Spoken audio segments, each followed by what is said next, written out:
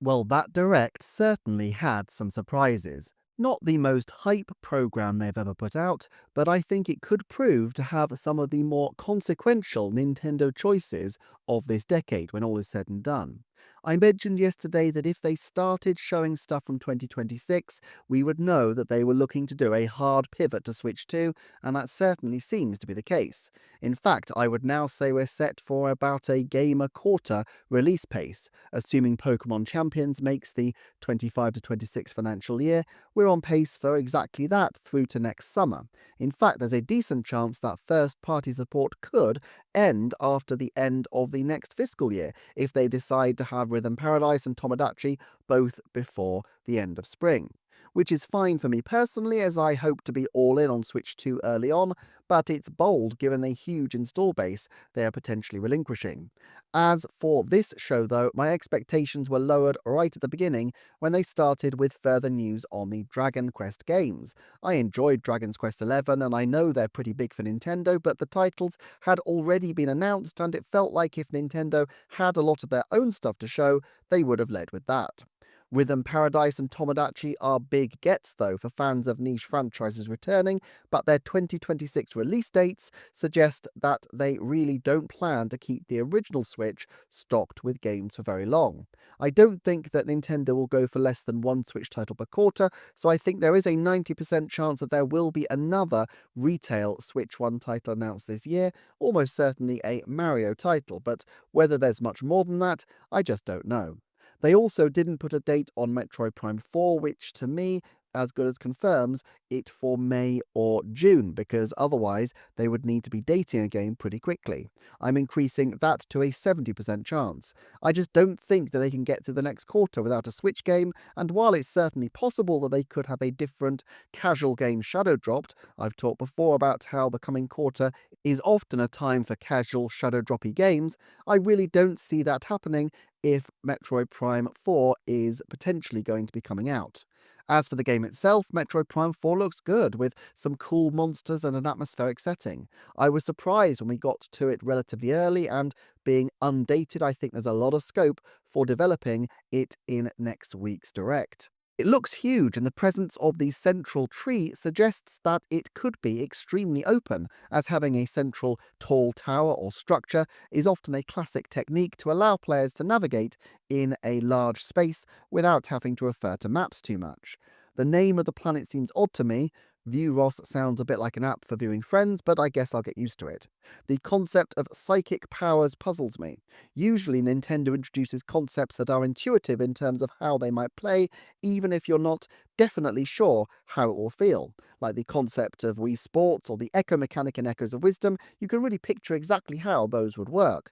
I'm not sure I feel the same way here about the concept of psychic abilities, because the concept doesn't feel intuitive in the same way to me. It just seems to me like these are traditional Metroid power-ups given a new twist, but hopefully it will reveal itself in the playing.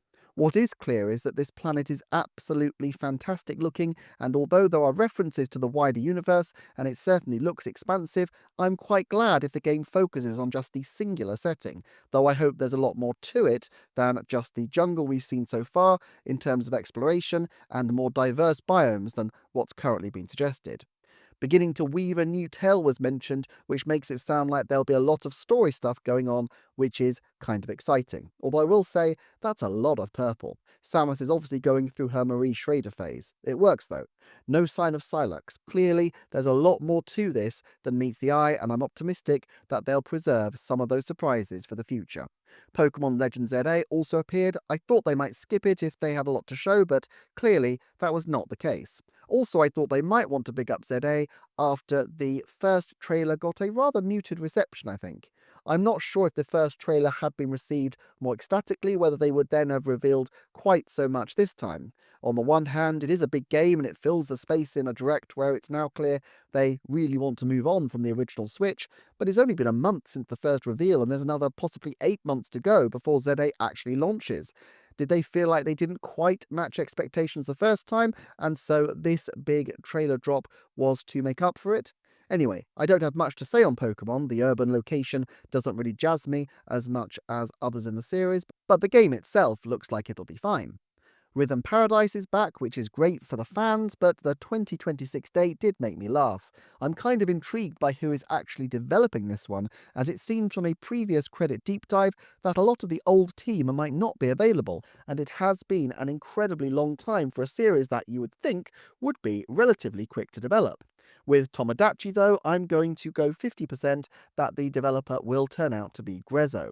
Since Metopia launched, I've speculated that this secondary Grezzo team will be primed to take on the mantle of the Metopia Tomodachi Me related series, and I see no reason to backtrack now.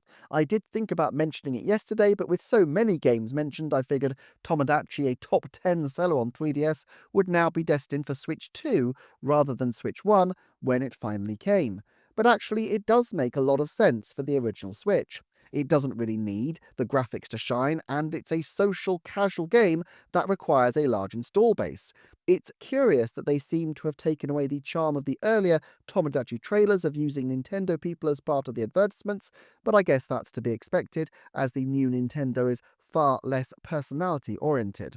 Another surprise for me is just how blatantly this seems to be incredibly clearly positioned as a sequel game for Animal Crossing fans. Like it started with a palm tree and living the dream feels as New Horizons-y as you can get. Now, we always thought that Tomodachi would be the obvious follow-up to Animal Crossing New Horizons. The previous 3DS game followed up New Leaf on 3DS in just the same way, but it just never came after Animal Crossing. I do think that what we're seeing now is Nintendo ramping up their production capacity again after they centralized their development team by putting the 3DS and Wii U teams together. My feeling is that we will see a switch to Tomodachi in due course, and perhaps a bit sooner in the lifespan of that system than this one has launched. And then we have virtual game cards. I'm going to need some time to digest this. Personally, it still seems rather complicated to me, and for anybody sticking with game cards because of, as they say, flexibility and simplicity, I don't really know that they'll be all that intrigued by this. Still, it does seem like they're making a push for people to move to digital. In particular, the potential to loan out games for 14 days seems very interesting. This is something I'm going to need to take some time to digest though, and so I'll probably come back to it at another point. And then the non-Switch one more thing, which in fact I almost missed because I really thought they were wrapping up, the Nintendo Today app. And it is, well, it's the whole ball of wax. I talked several months ago about how Iwata would probably at this point kick the directs at the backside, and I think that's what Nintendo is going to be doing with this app. It also makes sense of why they might be a bit more reticent in announcing games in this direct, as they might want to have some bigger announcements in store for their app to drive people to it in the early months. Personally, I'm not a huge smartphone fan, which might seem weird for an internet content creator, but I just think they're fundamentally designed to distract you if you're not incredibly careful with constant messages and notices, and I do like to be able to focus in and concentrate on one thing at a time. However, I can see it makes sense, and if they can use this to replace their current social media offerings as the premier location for Nintendo news, then this is something I expect will help them out for all sorts of reasons, though again, I'll probably circle back to this in a dedicated video. Interestingly, one video I planned to do but may not now have time for was to talk about how they might use Switch 2 to showcase a whole new format for directs, and I think that is still reasonably likely. Although Miyamoto mentioned that directs will continue to be broadcast, I wonder if we could end up with far less frequent mainline presentations if they want to make Nintendo Today a bigger focus for their news output. I haven't had a chance to have a look at the app though, so I will do that in due course. And I'm sure I'll cycle back to all of these points in future videos. For now though, thank you so much for watching, commenting, liking and subscribing. Do check out the Patreon, and I shall see you next time for another Nintendo Forecast.